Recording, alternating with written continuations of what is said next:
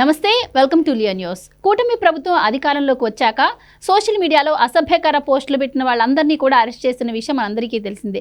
అయితే దీన్ని వైసీపీ వక్రీకరిస్తూ మా పార్టీ కార్యకర్తలను నాయకులను కావాలని అరెస్ట్ చేస్తుంది కక్షపూర్తిగా అని చెప్పి ప్రచారం చేసుకుంది. అలాగే కూటమికి సంబంధించినటువంటి ఒక సానుభూతి పడు కూడా మొన్న ఈ మధ్య ఒక పోస్టు పెట్టిన నేపథ్యంలో పార్టీలకు అతీతంగా కూడా ఆయన్ను ప్రభుత్వం అరెస్ట్ చేసిన విషయం మనకి తెలిసిందే. అయితే తాజాగా ఇప్పుడు వైసీపీకి సంబంధించి పాలేటి కృష్ణవేణి అనే ఆమె కూడా వ్యక్తిగత సమాచారాన్ని సోషల్ మీడియాలో అప్లోడ్ చేసి అసభ్యకర పోస్టులు పెడుతున్న నేపథ్యంలో ఆవిడ్ని హైదరాబాద్లో పోలీసులు అరెస్ట్ చేయడం అయితే జరిగింది. దీనిపై వైసీపీ ఇది కక్షపూరిత అరెస్టు అని అంటోంది.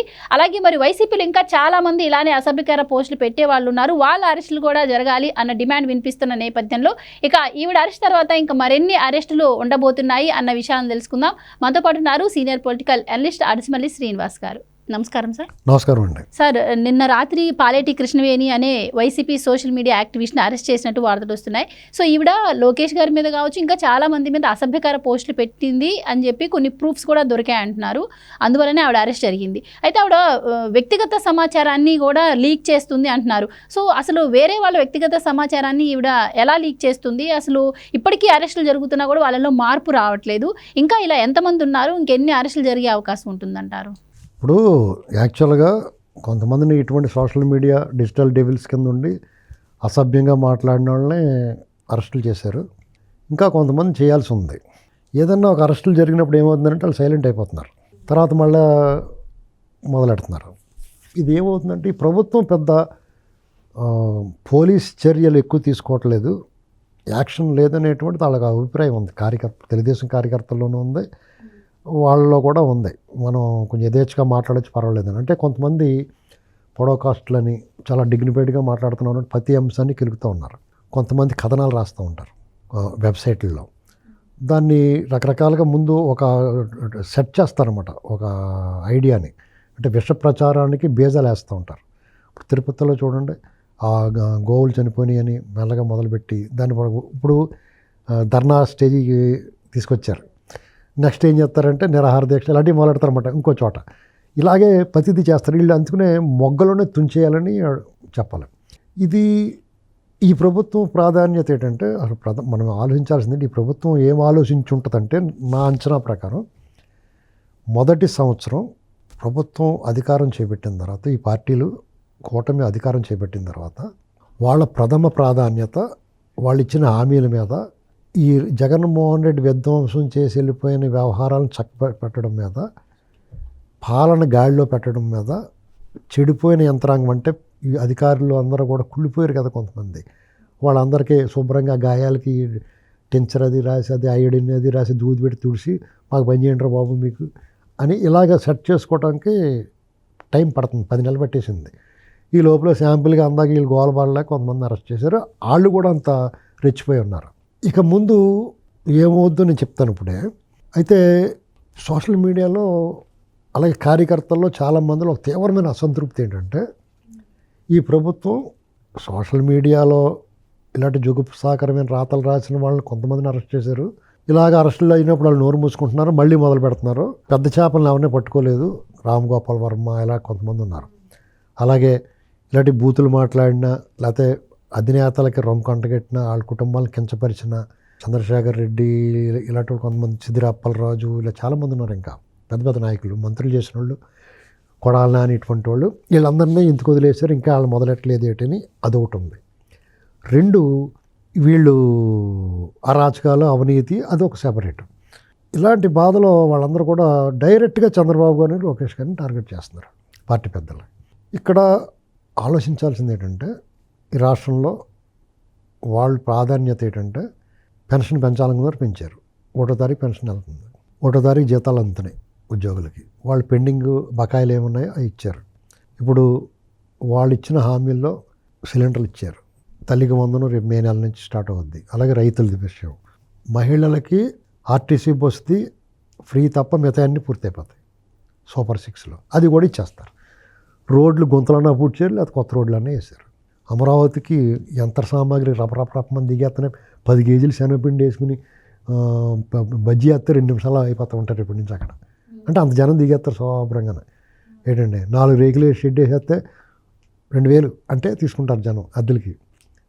చిన్న చిన్న ఒక షెల్టర్ వేసి ఇస్తే అలాగా జనం దిగేస్తున్నారు పొలమంటాను అక్కడికి. పని షురూ అవుద్ది వచ్చిన నెల నుంచి. జనాలు యాక్టివిటీలో పడతారు. నిర్మాణ రంగం ఊపందుకుంటుంది. ఇంకో పక్కనే పెట్టుబడులు వస్తున్నాయి.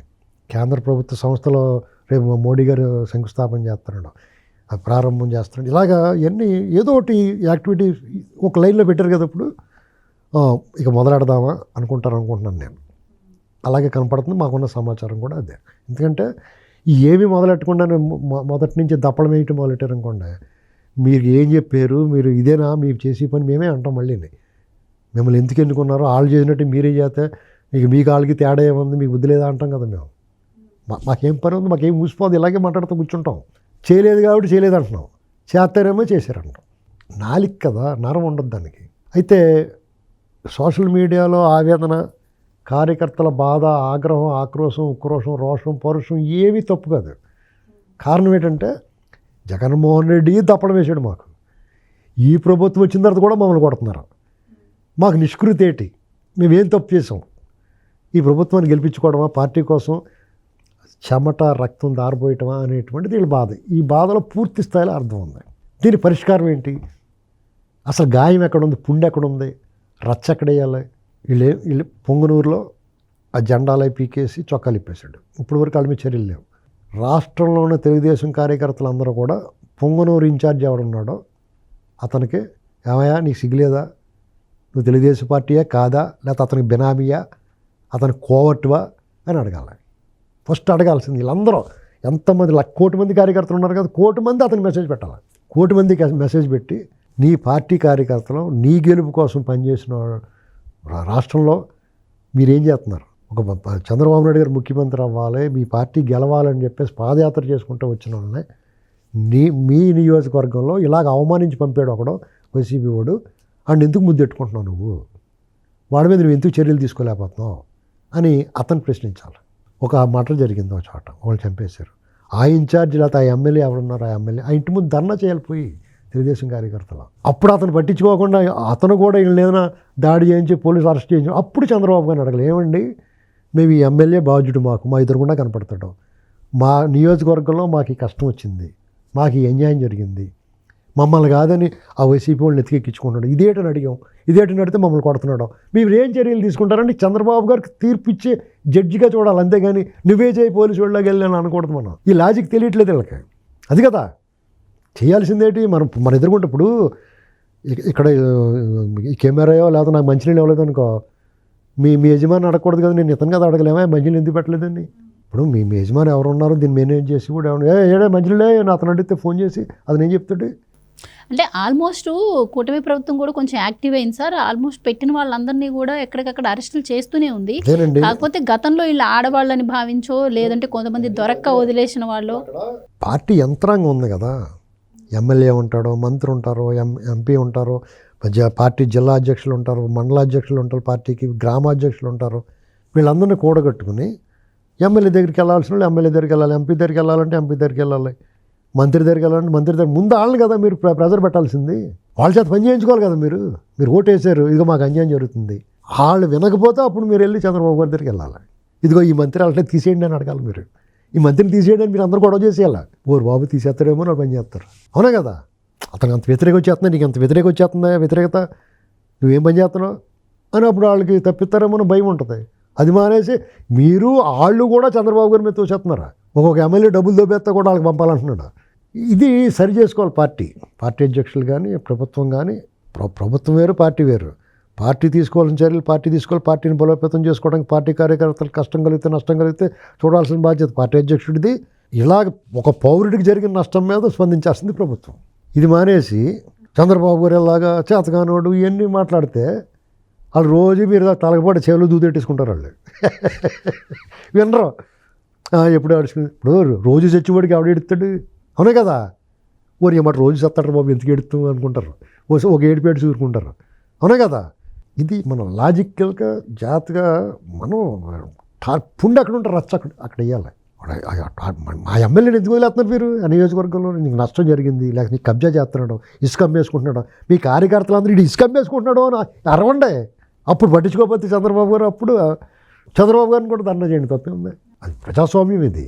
అంతేగాని మనకు పిడిక్కి బియ్యానికి ఒకే మంత్రం వేసి ప్రతిదానికి లోకేష్ గారు ప్రతిదానికి నిజంగానే స్పందిస్తున్నాడు. బాబు మా కడుపు నొప్పి వచ్చేస్తున్నాను మాత్రలు పంపిస్తున్నాడు అతను. అలా పంపిస్తున్నాడు కదా. ఆడెవడో డబ్బులు దొబ్బేసి పారిపోతాను, నేను చచ్చిపోతున్నానంటే ఓ రారా బాబు నువ్వు నీ పని నువ్వు చేసుకో, చచ్చిపోకరా బాబు అని చెప్తున్నాడు. పాపం వాళ్ళకి అంత కష్టం వచ్చిందండి. స్పందించడం మొదలెడితే ఇలా ఉంటుంది. ఏ స్పందించి కూడా జగన్మోహన్ రెడ్డిలో ఏడుమోగం వేసిన ఇంట్లో కూర్చుంటే అలా ఎవడ అడిగిపోతే ఉండడం, ఇది పరిస్థితి.